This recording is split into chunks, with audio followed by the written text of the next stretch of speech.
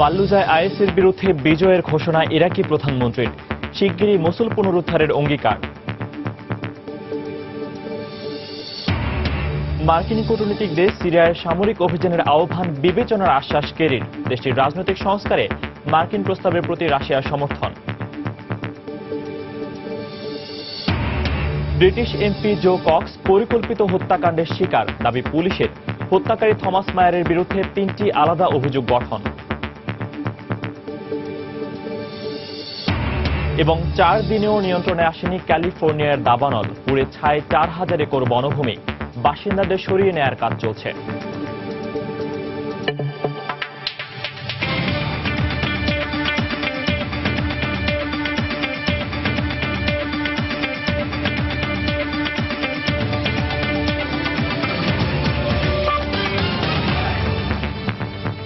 আন্তর্জাতিক সময়ের সঙ্গে আছি আমি ফয়সাল মোর্শেদ।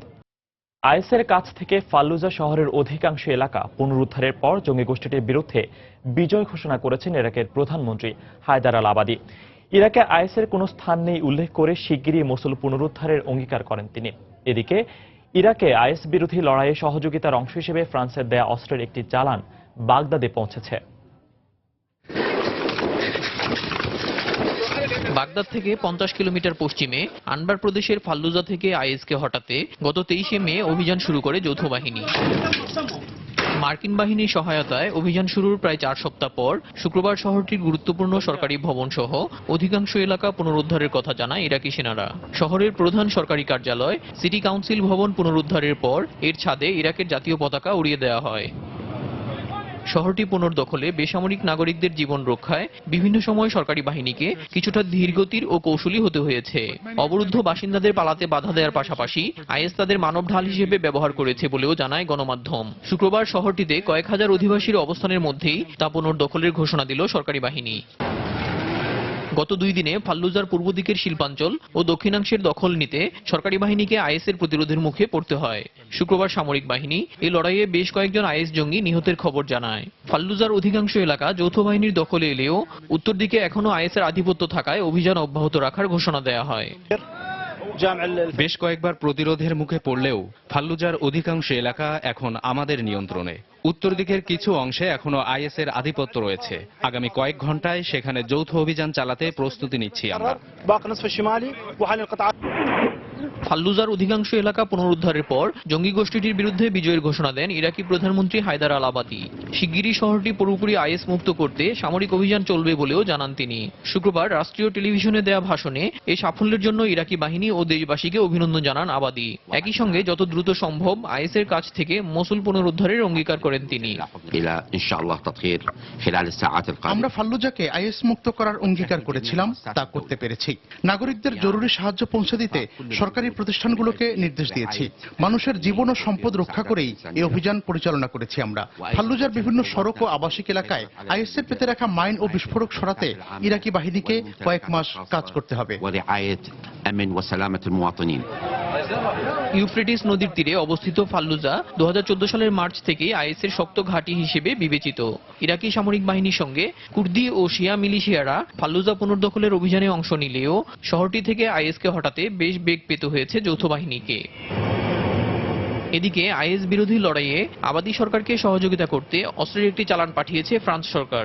শুক্রবার বাগদাদ বিমানবন্দরে ফরাসি দূতাবাসের কর্মকর্তাদের উপস্থিতিতে ইরাকি সরকারের প্রতিনিধিদের কাছে তা হস্তান্তর করা হয়। দেলোয়ার হোসেন, সময় সংবাদ। মার্কিন কূটনীতিকদের আসাদ সরকারের বিরুদ্ধে সামরিক অভিযানের আহ্বান জানিয়ে দেয়া বিবৃতিকে গুরুত্বপূর্ণ বলে উল্লেখ করেছেন যুক্তরাষ্ট্রের পররাষ্ট্রমন্ত্রী জন কেরি। এর আগে অবশ্য দেশটির পররাষ্ট্র দপ্তর জানায়, সিরিয়া সরকারের বিরুদ্ধে সামরিক পদক্ষেপ গ্রহণের কোনো পরিকল্পনা যুক্তরাষ্ট্র নেই। এর মধ্যে সিরিয়া বিদ্রোহী গোষ্ঠীটির একটি অংশকে দেশটির সরকারে অন্তর্ভুক্ত করার মার্কিন প্রস্তাবের প্রতি সমর্থন জানিয়েছে রাশিয়া। তবে সৌদি আরব বলছে, প্রেসিডেন্ট আসাদকে ক্ষমতাচ্যুত করতে আরও জোরালো পদক্ষেপ গ্রহণ করা দরকার। সিরিয়ার সরকারি বাহিনীর অবরোধ করে রাখা হোমসে ত্রাণ পৌঁছানোর একটি ভিডিও শুক্রবার অনলাইনে প্রকাশিত হয়। দীর্ঘদিন ধরে এলাকাটিতে কোনো সহায়তা না আসায় মানবিক বিপর্যয়ের হুমকিতে থাকা সিরীয়দের জন্য এই ত্রাণ যথেষ্ট নয় বলে জানান স্থানীয়রা। আল্লাহ তাআলার প্রতি অশেষ ধন্যবাদ। দীর্ঘ 4 মাস পর আজ আমাদের শহরে সাহায্য আসলো, কিন্তু সত্য কথা হলো এ দিয়ে 15 দিনও চলা যাবে না। একদিন ত্রাণ এলে আমরা খাবো, তারপর আবার অনেকদিন না খেয়ে থাকা, এমন অবস্থার অবসান চাই আমরা। এর একটা স্থায়ী সমাধান না হলে আমাদের বেঁচে থাকা কঠিন হয়ে যাবে। এই পরিস্থিতির অবসানে আসাদ সরকারের বিরুদ্ধে আরো কঠোর ব্যবস্থা গ্রহণে যুক্তরাষ্ট্রের প্রতি আহ্বান জানিয়েছে সৌদি আরব। শুক্রবার ওয়াশিংটনে মার্কিন প্রেসিডেন্টের সঙ্গে ডেপুটি ক্রাউন প্রিন্স মোহাম্মদ বিন সালমানের বৈঠকের পর এক সংবাদ সম্মেলনে এ বিষয়ে কথা বলেন সৌদি পররাষ্ট্রমন্ত্রী। আমরা আগেই বলেছি, সিরিয়া সংকট সমাধানে দেশটির সরকারের বিরুদ্ধে বিমান হামলা শুরু করা উচিত। এছাড়া নিরাপদ অঞ্চল প্রতিষ্ঠা ও বিদ্রোহীদেরকে ভূমি থেকে আকাশে নিক্ষেপযোগ্য ক্ষেপণাস্ত্র সহ অত্যাধুনিক অস্ত্রশস্ত্র দেওয়া উচিত। এ বিষয়ে সৌদি আরব যে কোনো ধরনের সহযোগিতা দিতে প্রস্তুত।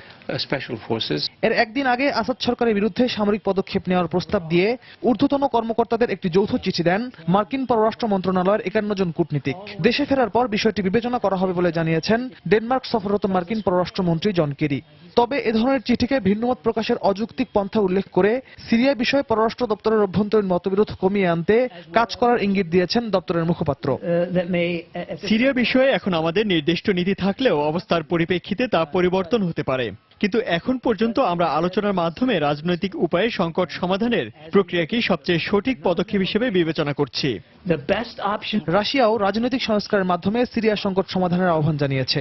দেশটির সরকারি বিদ্রোহী গোষ্ঠীর প্রতিনিধিদের অন্তর্ভুক্ত করার একটি মার্কিন প্রস্তাবের প্রতি সমর্থন জানিয়েছে দেশটি। শুক্রবার সেন্ট পিটার্সবার্গে বিশ্ব অর্থনৈতিক ফোরামে দেয়া ভাষণে এ মন্তব্য করেন রুশ প্রেসিডেন্ট। আমি মনে করি সিরিয়ায় রাজনৈতিক সংস্কারের বিষয়ে যুক্তরাষ্ট্রের প্রস্তাব যুক্তিসঙ্গত। এই মুহূর্তে যে কোনো মূল্যে সিরিয়ায় স্থিতিশীলতা ফিরিয়ে আনাকে সবচেয়ে গুরুত্ব দেওয়া উচিত। বর্তমান সংকটাপন্ন অবস্থার উন্নতি না হলে সিরিয়ার ভাঙন অনিবার্য। এর আগে 31শে আগস্টের মধ্যে সিরিয়ার রাজনৈতিক সংস্কার বিষয়ে সংশ্লিষ্ট পক্ষগুলোর সমঝোতায় পৌঁছানোর সময়সীমা বেঁধে দেয় জাতিসংঘ। রিয়াদুল ইসলাম, সময় সংবাদ। ব্রিটিশ এমপি জো কক্স পরিকল্পিত হত্যাকাণ্ডের শিকার হয়েছেন বলে জানিয়েছে ইয়র্কশায়ারের পুলিশ। তাদের ধারণা এই হত্যাকাণ্ডে কট্টর ডানপন্থীরা জড়িত।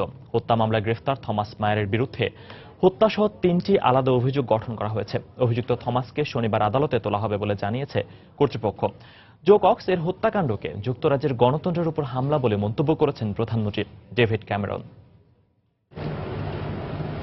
দুর্বৃত্তের গুলিতে নিহত জো কক্সের বাসভবন নর্দার্ন ইংল্যান্ডের বিস্টালে যান ব্রিটেনের শীর্ষ রাজনৈতিক নেতৃবৃন্দ। শুক্রবার জো কক্সের প্রতি শ্রদ্ধা জানান ব্রিটিশ প্রধানমন্ত্রী ডেভিড ক্যামেরন, লেবার পার্টির প্রধান জেরেমি কারবিন। জো কক্সের হত্যাকাণ্ডকে যুক্তরাজ্যের গণতন্ত্রের উপর হামলা বলে মন্তব্য করেন তারা।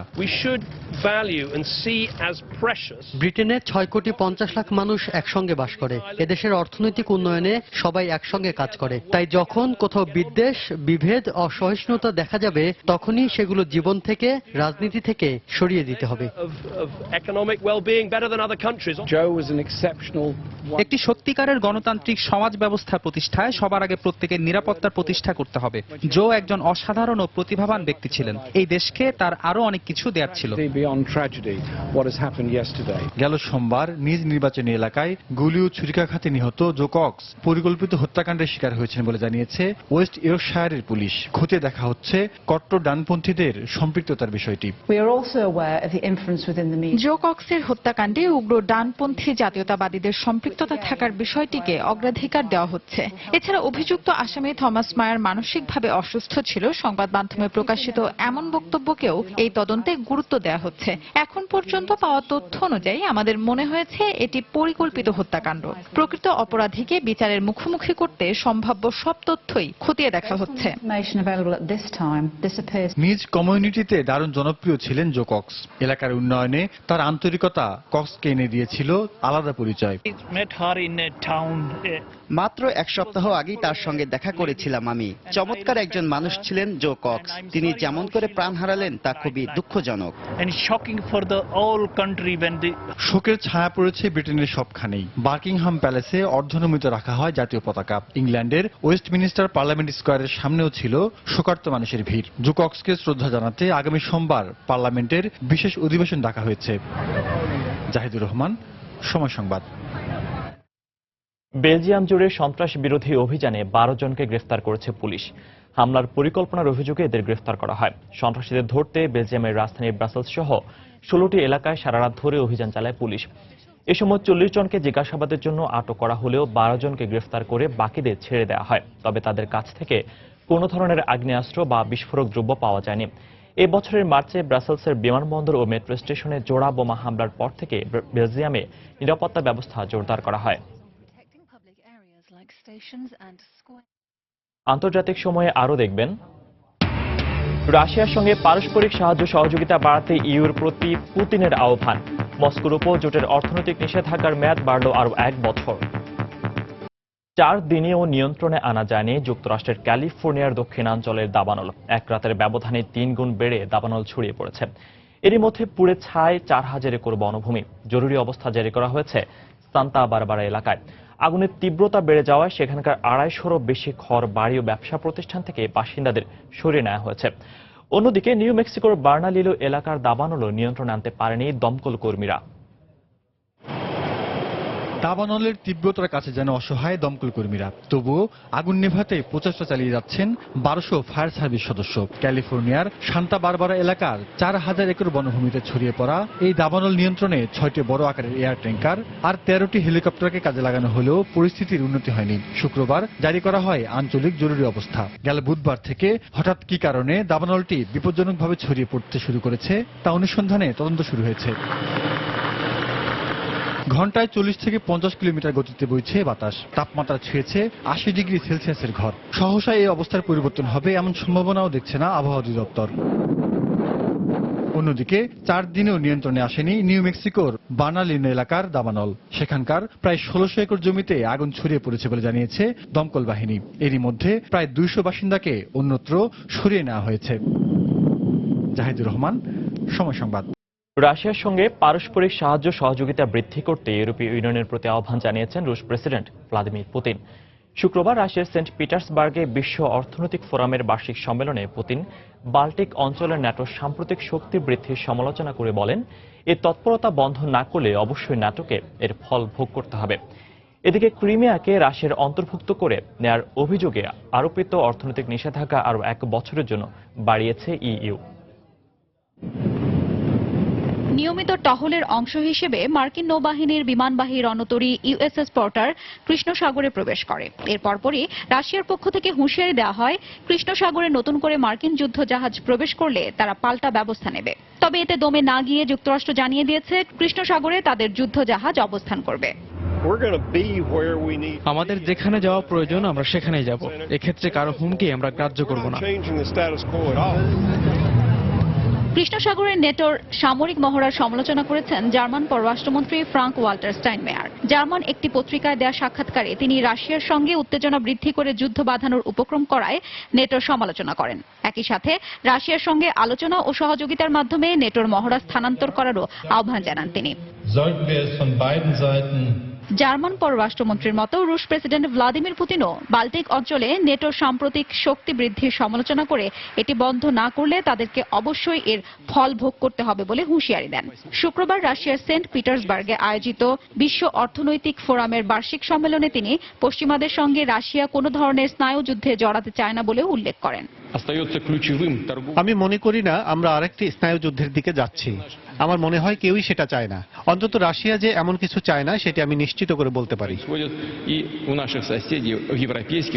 পুতিন তার বক্তব্যে ইউরোপীয় ইউনিয়নের প্রতি রাশিয়ার কোনো ধরনের আক্রোশ নেই উল্লেখ করে রাশিয়া সবসময়ই ইইউ এর সঙ্গে সম্পর্ক উন্নয়নে প্রস্তুত বলে জানান।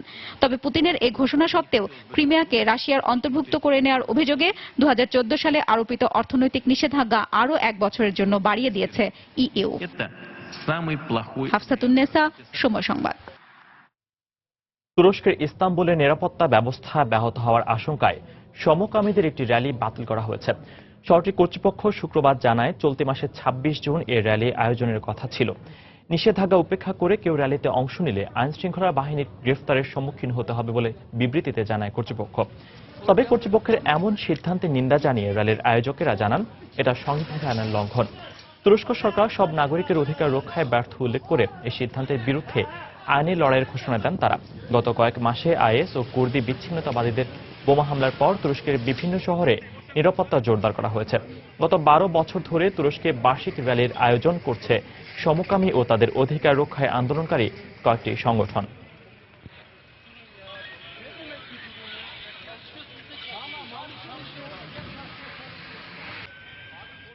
এক সপ্তাহ পেরিয়ে গেলেও এখনও ফ্লোরিডা হত্যাকাণ্ডের রহস্য উন্মোচিত হয়নি। শুক্রবারও হামলাকারী মতিন যে মসজিদে নামাজ পড়তেন সেখানে জিজ্ঞাসাবাদ করেছে এফবিআই। তবে তদন্তের অগ্রগতি সম্পর্কে গণমাধ্যমকে কিছু জানায়নি গোয়েন্দা সংস্থাটি। এদিকে রিপাবলিকান দলের মনোনয়ন প্রত্যাশী ডোনাল্ড ট্রাম্প বলেছেন, অস্ত্র আইন কঠোর করা হলে এমন সন্ত্রাসী হামলার পাশাপাশি নিহতের সংখ্যাও বাড়বে। ফ্লোরিডায় হামলার ঘটনার পর থেকেই মার্কিনীদের কমে গেছে ক্লাবে আনাগোনা। হাসি নাচ গান তো রোজই হচ্ছে, কিন্তু সেই দুঃসহ স্মৃতি থেকে যেন এখনো বের হয়ে আসতে পারছে না এই সাধারণ মার্কিনীরা। ওয়াশিংটনের সমকামী ক্লাবগুলোতে এখন চোখে পড়ে নিরাপত্তা রক্ষীদের বাড়তি উপস্থিতি, আতঙ্ক বাকিদের চোখে মুখেও। ক্লাবে সবসময় এত মানুষ আসে যে এখানে দাঁড়ানোর জায়গা থাকে না আমাদের, কিন্তু এখন মানুষের আনাগোনা কমে গেছে এখানে। এটি যেহেতু একটি সমকামী ক্লাব, তাই এখানেও সবাই হামলার আশঙ্কা করছে, কিন্তু আমরা নিরাপত্তা ব্যবস্থা বাড়িয়েছি ফ্লোরিডার ঘটনার পরপরই। আমরা ভয়ের মধ্যে বাঁচতে চাই না, কিন্তু এই অতিরিক্ত নিরাপত্তা ব্যবস্থা আমাদের বারবার মনে করিয়ে দিচ্ছে আমরা এখনো একটা শঙ্কার মধ্যে বেঁচে রয়েছি। এদিকে অরল্যান্ডোতে শুক্রবার হামলায় নিহত লুই লরেনো দিজলার অন্ত্যেষ্টিক্রিয়া অনুষ্ঠিত হয়েছে। লুইয়ের শোকার্ত পরিবারের সদস্যদের চোখে মুখে ক্ষোভ, দুঃখ আর স্বজন হারানোর বেদনার সাথে সাথে ফুটে উঠেছে একটাই প্রশ্ন, এত ঘৃণা কেন? যে প্রশ্নের উত্তর এখনো অজানা সবার। যদিও গোয়েন্দা সংস্থাগুলো বলছে তারা জোর চেষ্টা চালাচ্ছে কি কারণে হামলা চালালো ওমর মতিন সে সম্পর্কে জানতে, কিন্তু এখন পর্যন্ত যা জানা গেছে তার কোনোটি নিশ্চিত নয়। হামলাকারী ওমর মতিন যে মসজিদে নামাজ পড়তেন, শুক্রবার জুমার নামাজের পর সেখানে জিজ্ঞাসাবাদ করে এফবিআই কর্মকর্তারা। এ সময় মতিনের গতিবিধি সম্পর্কে এফবিআই সবাইকে জিজ্ঞাসা করে বলে জানিয়েছে council of American Islamic relations কায়রের আইনজীবী। ডিপার্টমেন্ট অব জাস্টিসের 2 জন কর্মকর্তা আমাদের জিজ্ঞাসাবাদ করেছে। তারা সেদিনের ঘটনা সম্পর্কিত কিছু প্রশ্ন করেছে। তবে গণমাধ্যমকে তদন্তের অগ্রগতি সম্পর্কে এখনো কিছু জানায়নি এফবিআই। এদিকে রিপাবলিকান দলের মনোনয়ন প্রার্থী ডোনাল্ড ট্রাম্প টেক্সাসের উডল্যান্ডসে তার নির্বাচনী প্রচারণায় আবারও সাধারণ মার্কিনীদের অস্ত্র বহনের বিষয়টি সামনে তুলে আনেন। দেখুন, সেদিন যদি কারো কাছে অস্ত্র থাকতো তাহলে এতগুলো মানুষের প্রাণ যেত না। তাই আমি আবারও বলবো, অস্ত্র আইনে কঠোরতা আনলে হত্যাকাণ্ড কমবে না, বরং মানুষের আত্মরক্ষার ক্ষমতা কমবে। এদিকে অস্ত্র আইনে কঠোরতা আনতে 4টি কর্মসূচি নিয়ে যুক্তরাষ্ট্র সিনেটে সোমবার ভোটাভুটি হওয়ার কথা রয়েছে। 4টির প্রত্যেকটির পক্ষে 7টির বেশি ভোট পড়লে তবেই তা অনুমোদন পাবে। আর পদক্ষেপগুলো অনুমোদন পেলে কোনো তালিকাভুক্ত সন্ত্রাসী অস্ত্র কিনলে সঙ্গে সঙ্গে সে তথ্য পেয়ে যাবে এফবিআই। তানজিম মুনিয়াত, সময় সংবাদ। আসন্ন মার্কিন প্রেসিডেন্ট নির্বাচনে রিপাবলিকান দলীয় সম্ভাব্য প্রার্থী ডোনাল্ড ট্রাম্পের নির্বাচনী র্যালি থেকে এক অস্ত্রধারীকে গ্রেফতার করেছে পুলিশ। শুক্রবার টেক্সাসের ওডারল্যান্ডে এই ঘটনা ঘটে। ট্রাম্পের নির্বাচনী প্রচারণায় যোগ দেবার কয়েক ঘণ্টা আগেই ওই অস্ত্রধারীকে গ্রেফতার করা হয় বলে জানায় কর্তৃপক্ষ। তবে গ্রেফতার হওয়া ব্যক্তি ট্রাম্পের সমর্থক নাকি তার বিরোধী পক্ষের লোক তা নিশ্চিত হওয়া যায়নি। তিনি ট্রাম্পের ছবি সম্বলিত টি শার্ট পরিহিত ছিল বলে জানিয়েছে সংবাদ সংস্থা রয়টার্স।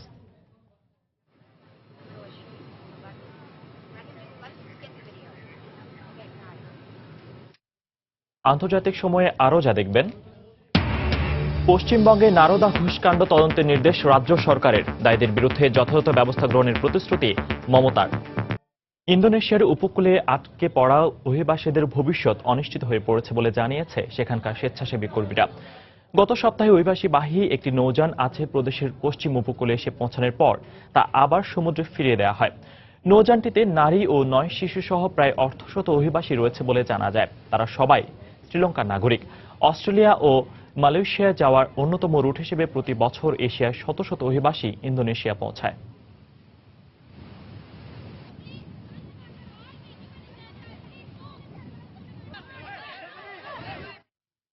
আন্তর্জাতিক চিকিৎসা দাতব্য সংস্থা MSF এর ইউরোপীয় ইউনিয়নের তহবিল প্রত্যাখ্যানের সিদ্ধান্তে তুরস্কের ত্রাণ সহায়তায় কোনো প্রভাব পড়বে না।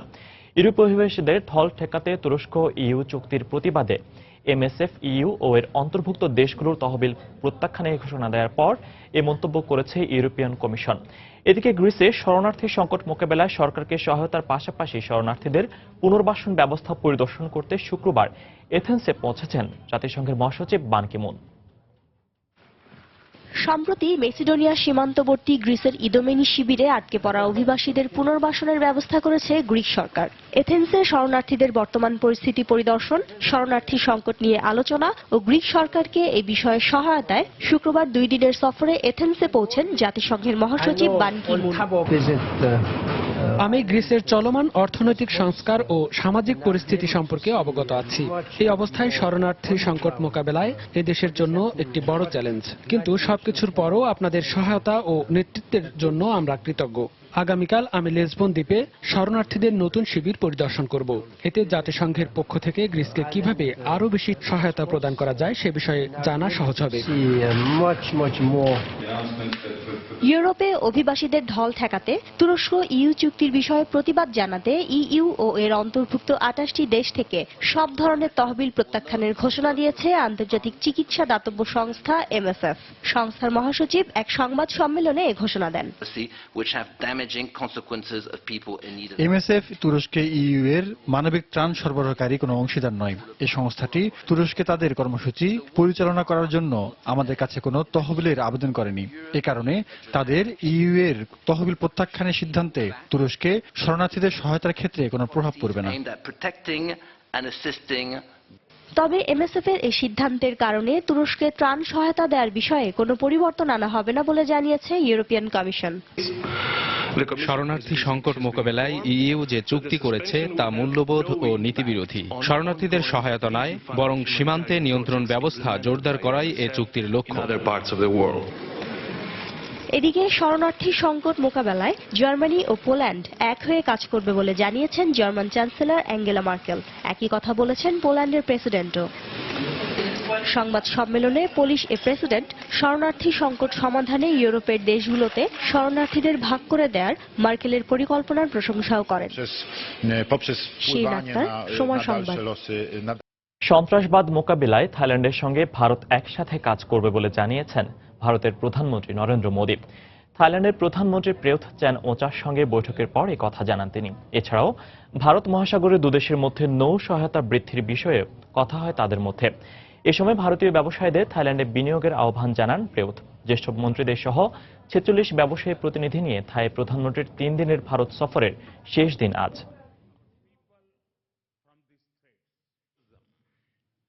We have agreed to further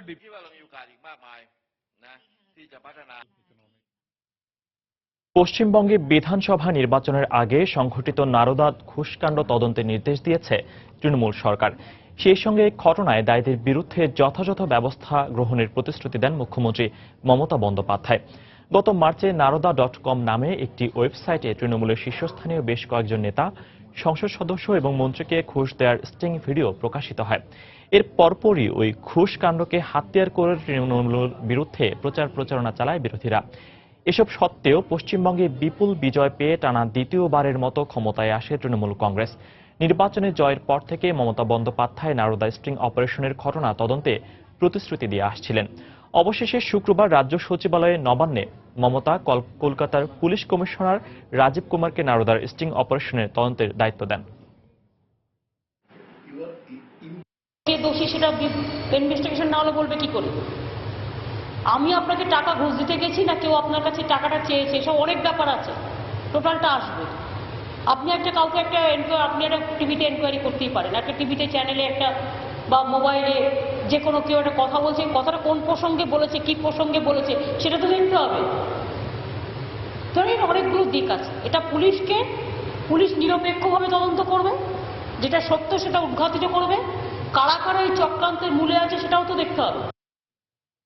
এই মাসের শুরুতে ভারতের উত্তরপ্রদেশের মথুরায় উচ্ছেদ অভিযানে পুলিশ ও স্থানীয়দের সংঘর্ষে 29 জন নিহতের ঘটনায় প্রধান অভিযুক্তকে গ্রেফতার করা হয়েছে।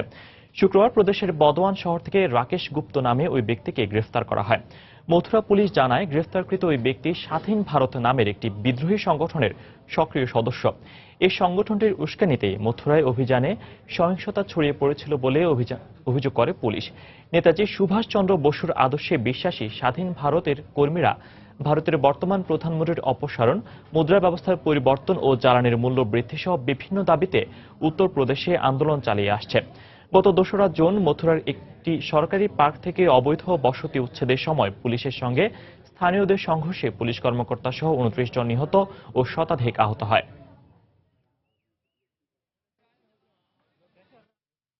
নাইজেরিয়ায় উত্তর পূর্বাঞ্চলে জঙ্গি গোষ্ঠী বোকো হারামের হামলায় অন্তত ১৮ জন নারী নিহত হয়েছে। এই ঘটনায় আহত হয়েছে আরও প্রায় ১০ জন। প্রত্যক্ষদর্শীর বরাত দিয়ে স্থানীয় গণমাধ্যম জানায়, দেশটির আদমামা রাজ্যের কুদা গ্রামে এক দাফন অনুষ্ঠান চলাকালে অতর্কিত হামলা চালায় বোকো হারাম। হামলার পর সেখান থেকে এ পর্যন্ত ১৮ জন নারীর মরদেহ উদ্ধার করা হয়েছে। আহত প্রায় ১০ জনকে নিকটস্থ গুলাক শহরের হাসপাতালে ভর্তি করা হয়েছে। এই ঘটনার পর বেশ কয়েকজন নারী নিখোঁজ রয়েছে বলে জানিয়েছে স্থানীয়রা। এর আগে ১৪ জন বর্ণ রাজ্যের কুতুভা গ্রামে হামলা চালিয়ে ৪ জনকে হত্যা করে এবং ৪ নারীকে অপহরণ করে বোকো হারাম।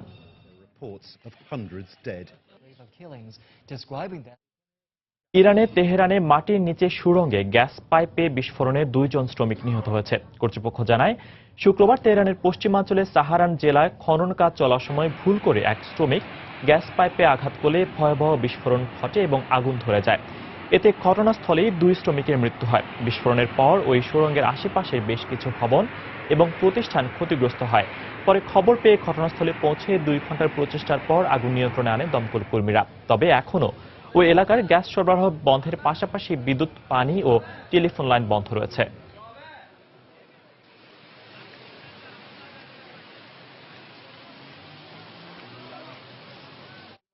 মেক্সিকোতে শিক্ষা খাতে সংস্কারের বিরোধিতা করে বিক্ষোভ করছে হাজার হাজার শিক্ষক। শুক্রবার মেক্সিকো সিটিতে তারা প্রেসিডেন্ট এনরিক পেনা নিয়োতোর শিক্ষা খাতে সংস্কারের সিদ্ধান্তের বিরুদ্ধে তাদের আপত্তির কথা জানান। বিক্ষোভকারীদের বক্তব্য, শিক্ষা খাতে উন্নতির জন্য সংস্কার আনা হলেও আদতে এর কোনো সুফল পাওয়া যাবে না। এর পাশাপাশি তারা দাবি করেন, অর্থ পাচারের দায়ে আটক ২ শিক্ষক নেতাকে যেন অবিলম্বে মুক্তি দেওয়া হয়। দেশটির সিনেটে সম্প্রতি একটি সংস্কার আইন পাশ করা হয়, যার ফলে এখন থেকে শিক্ষকরা নতুন করে পরীক্ষা দিয়ে পাশ করলে তবেই তাদের শিক্ষকতা করার অনুমতি দেওয়া হবে। এরপর থেকেই সেখানে চাকরি হারানোর আতঙ্কে বিক্ষোভ শুরু করছে স্থানীয় শিক্ষকরা।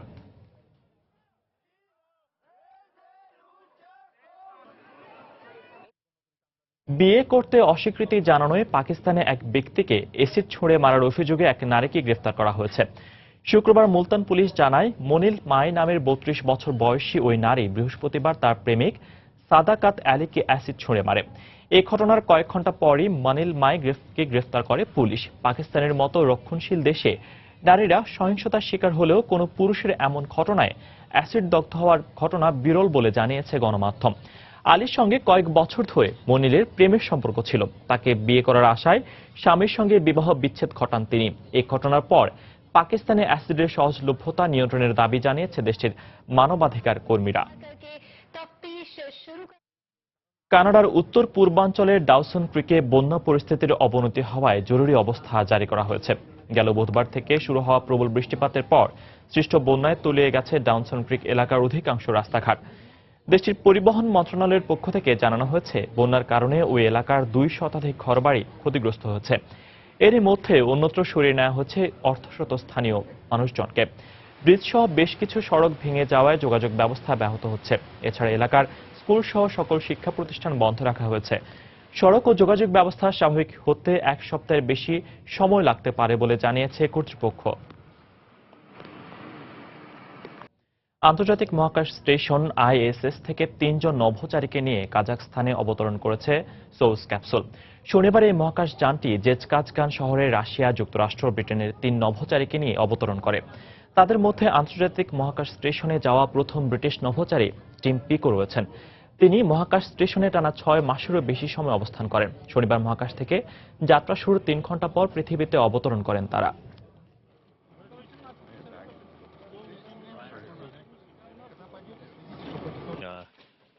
At 4:15 a.m. Central Time, 3:15 p.m. at the land. Hello.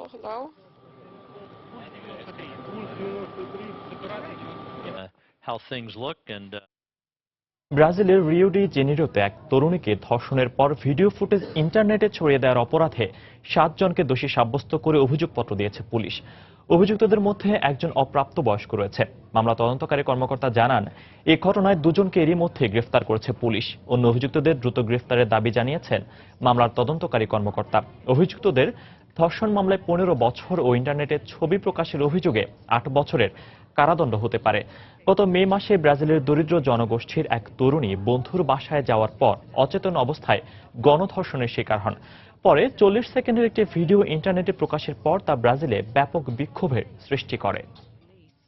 The investigating officer says she's certain the girl was raped. The case has sparked a debate over sexism and violence in ব্রাজিলে অনুষ্ঠেয় আসন্ন অলিম্পিকে পাবলিক সার্ভিসের জন্য প্রয়োজনীয় তহবিলের ঘাটতি থাকায় অর্থনৈতিক জরুরি অবস্থা ঘোষণা দিয়েছেন রিও ডি জেনিরোর শহরের মেয়র ফ্রান্সিসকো দোরনেলেস। আগামী 5 আগস্ট শুরু হতে যাওয়া এবারের অলিম্পিক গেমসের মাত্র 50 দিন আগে শুক্রবার জনপরিষেবার নাজুক অবস্থার কথা জানালো শহর রিওর প্রশাসন। নিরাপত্তা, পরিবহন, স্বাস্থ্যের মতো খাতে প্রয়োজনীয় অর্থ বরাদ্দ না করা হলে নগর ব্যবস্থাপনা ভেঙে পড়তে পারে বলে আশঙ্কা প্রকাশ করা হয়। অলিম্পিক গেমসেও এর নেতিবাচক প্রভাব পড়তে পারে বলে জানান মেয়র। এ সময় আর্থিক সাহায্য চেয়ে বর্তমান অন্তর্বর্তীকালীন সরকারের প্রধান মিশেল টেমারের প্রতি আবেদন জানানো হয়। মশাবাহিত জিকা ভাইরাসের প্রাদুর্ভাব, প্রেসিডেন্ট দিলমা রুসেফের অভিশংসন ইস্যুতে রাজনৈতিক অস্থিরতার পর এবার আর্থিক সংকটের খবর এলো 2016 অলিম্পিকের স্বাগতিক দেশ ব্রাজিলে।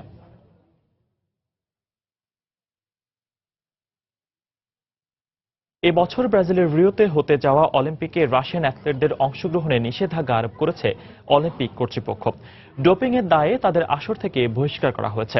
এর আগে গেল নভেম্বরে ওয়ার্ল্ড অ্যান্টি ডোপিং এজেন্সি ওয়াডা রুশ অ্যাথলেটদের উপর জরিপ চালিয়ে ডোপ গ্রহণের বিষয়ে আন্তর্জাতিক অলিম্পিক কমিটির কাছে রিপোর্ট দিয়েছিল।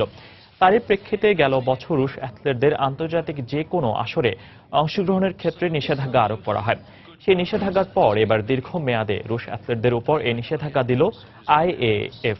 এছাড়া 2004 ও 2008 সালে অলিম্পিকে রাশিয়ার হয়ে অলিম্পিকে স্বর্ণজয়ী কিংবদন্তি পোল ভল্টের রানী খ্যাত ইসান ভায়েভোকে কোর্টের শুনানিতে অংশ নিতে হয়েছে। তবে তার পদক কেড়ে নেওয়া হবে কিনা সে বিষয়ে এখনো কোনো চূড়ান্ত সিদ্ধান্ত জানানো হয়নি।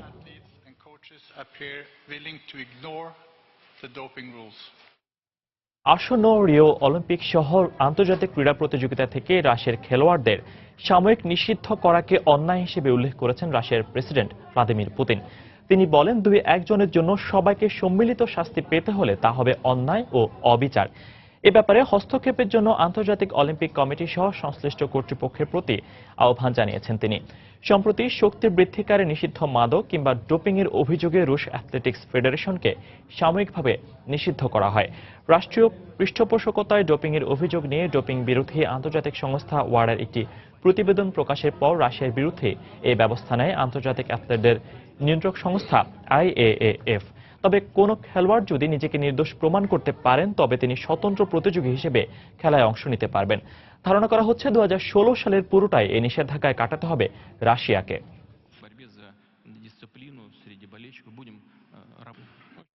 এ পর্যায়ে আবারও জানিয়ে দিচ্ছি আন্তর্জাতিক শীর্ষ সংবাদগুলো। ফাল্লুজায় আইএসের বিরুদ্ধে বিজয়ের ঘোষণা ইরাকি প্রধানমন্ত্রীর, শিগগিরই মসুল পুনরুদ্ধারের অঙ্গীকার। মার্কিন কূটনীতিকদের সিরিয়ায় সামরিক অভিযানের আহ্বান বিবেচনার আশ্বাস কেরির, দেশটির রাজনৈতিক সংস্কারে মার্কিন প্রস্তাবের প্রতি রাশিয়ার সমর্থন। ব্রিটিশ এমপি জো কক্স পরিকল্পিত হত্যাকাণ্ডের শিকার, দাবি পুলিশের। হত্যাকারী থমাস মায়ারের বিরুদ্ধে 3টি আলাদা অভিযোগ গঠন।